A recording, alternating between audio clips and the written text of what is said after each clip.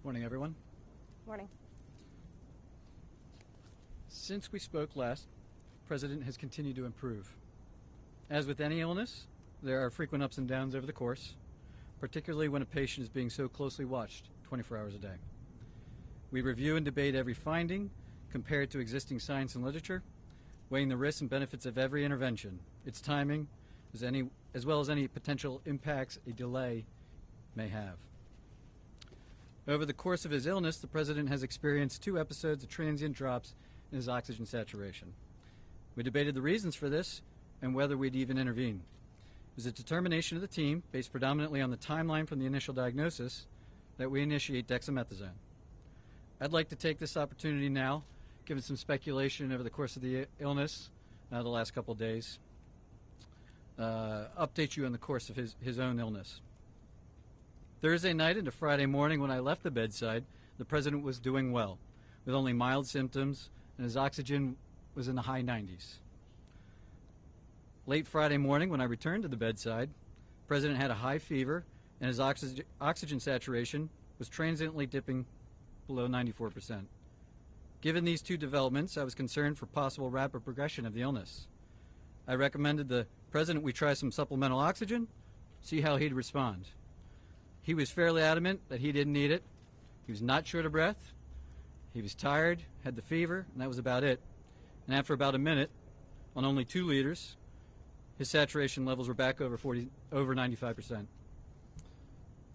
Stayed on that for about an hour, maybe, and it was off and gone. Later that day, by the time the team here was at the bedside, the President had been up out of bed, moving about the residence with only mild symptoms.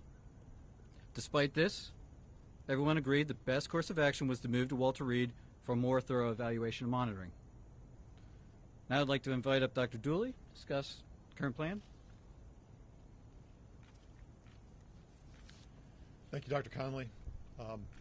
Before I begin a brief clinical update on the President's condition, I do want to reiterate my comments from yesterday regarding how proud I am to be a part of this multidisciplinary, multi-institutional team of clinical professionals behind me, and what an honor it is to care for the President here at Walter Reed National Military Medical Center. Regarding his clinical status, the patient continues to improve. He has remained without fever since Friday morning. His vital signs are stable. From a pulmonary standpoint, he remains on room air this morning and is not complaining of shortness of breath or other significant respiratory symptoms. He's ambulating himself, walking around the White House Medical Unit without limitation or disability. Our continued monitoring of his cardiac, liver, and kidney function demonstrates continued normal findings or improving findings. And I'll now turn it over to Dr. Garibaldi from Johns Hopkins to talk about our therapeutics and, again, our plan for the day.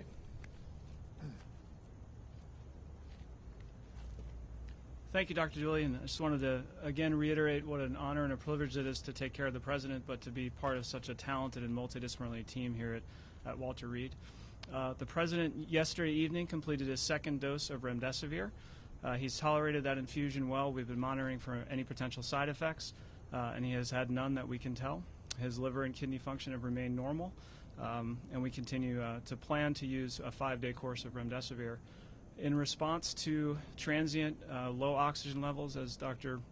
Conley has discussed, we did initiate dexamethasone therapy, and he received his 1st dose of that yesterday, and our plan is to continue that for the time being. Today he feels well. He's been up and around. Our plan for today is to have him to eat and drink, be up out of bed as much as possible, to be mobile. And if he continues to look and feel as well as he does today, our hope is that we can plan for a discharge as early as tomorrow to the White House, where he can continue his treatment course. Thank you very much, and I'll turn it over to Dr. Conley for any questions. Dr. Conley? Just a moment, please. The President wanted me to share how proud he is of the group, what an honor it is for him to be receiving his care here at Walter Reed, surrounded by such incredible talent, academic leaders, department chairs, internationally renowned researchers and clinicians, including the support of Dr. Garibaldi from Johns Hopkins. I'd like to reiterate how pleased we all are with the President's recovery And with that, I'll take your question. Thank you so much. Dr. Conley. Dr. Conley, you said that there were 2 instances where he had drops in oxygen. Can you walk us through the second one? And also, I've got a question for the lung specialist afterwards. Sure. Yeah. Yesterday, there was another episode where he dropped down about 93%. He doesn't ever feel short of breath. We watched it, and it returned back up. As I said, we evaluate all of these, and given the timeline where he is in the course of illness, we are trying to maximize everything that we could do for him, and we debated whether we'd even start it, the dexamethasone, and we decided that in this case, the potential benefits early on the course probably outweighed any risks at this time. Did you give him a second round of supplemental oxygen yesterday? I'd have to check with the nursing staff. I don't think that if he did, it was very, very limited, but he's not on oxygen. And the only oxygen that I ordered or that we provided was that Friday morning initially. And about what time was that yesterday? Yesterday, what was yesterday? You said the second instance. Second incidence? Oh, it was over the course of the day, yeah. Yesterday morning. Dr. Conley. Dr. Conley. What is the President's current blood oxygen level? That's my first question to you, Dr. Conley. 98%. And what do the X-rays and CT scans show? Are there signs of pneumonia? Are there signs of lung involvement? Or any damage to the lungs? Yeah, so we're tracking all of that. There's some expected findings, but nothing of any major clinical concern. Then why start him, Dr. Conley, on the... Sorry. Dr. Conley, why... To ask if his oxygen level ever dipped below 90? We don't have any recordings here of that. That's right. On the dexamethasone, Dr. Yeah, what about here? At the White House or here, anything below 90, just to follow up on her question? No, it was below 94%. It wasn't down into the low 80s or anything. No. So, okay. So on the dexamethasone, the steroids, sir, on the lung Yesterday, function? you told us that the president was in great shape, had been in good shape and fever-free for the previous 24 hours. Minutes after your press conference, White House Chief of Staff Mark Meadows told reporters that the president's vitals were very concerning over the past 24 hours. Simple question for the American people. Whose statements about the president's health should we believe? So the chief and I work side by side, and I think his statement was misconstrued. What he meant was that 24 hours ago, when he and I were checking on the president, that there was that momentary episode of the high fever and that temporary drop in the saturation, which prompted us to act expediently to move him up here. Fortunately, that was really a very transient, limited episode. A couple hours later, he was back up, mild again. I'm not going to speculate what that limited episode was about so early in the course, but he's doing well. What are the expected findings on his lungs, and why is the president not wearing a mask in the videos and photos that have been released?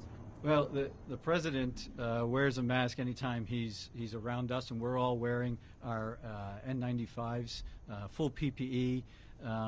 He's the patient, and when we can, when he'll move out into to public, we move him out and around other people that aren't in full PPE. I assure you, he'll as long as he's still under my care, we'll talk about him wearing a mask. And he's in a negative pressure room?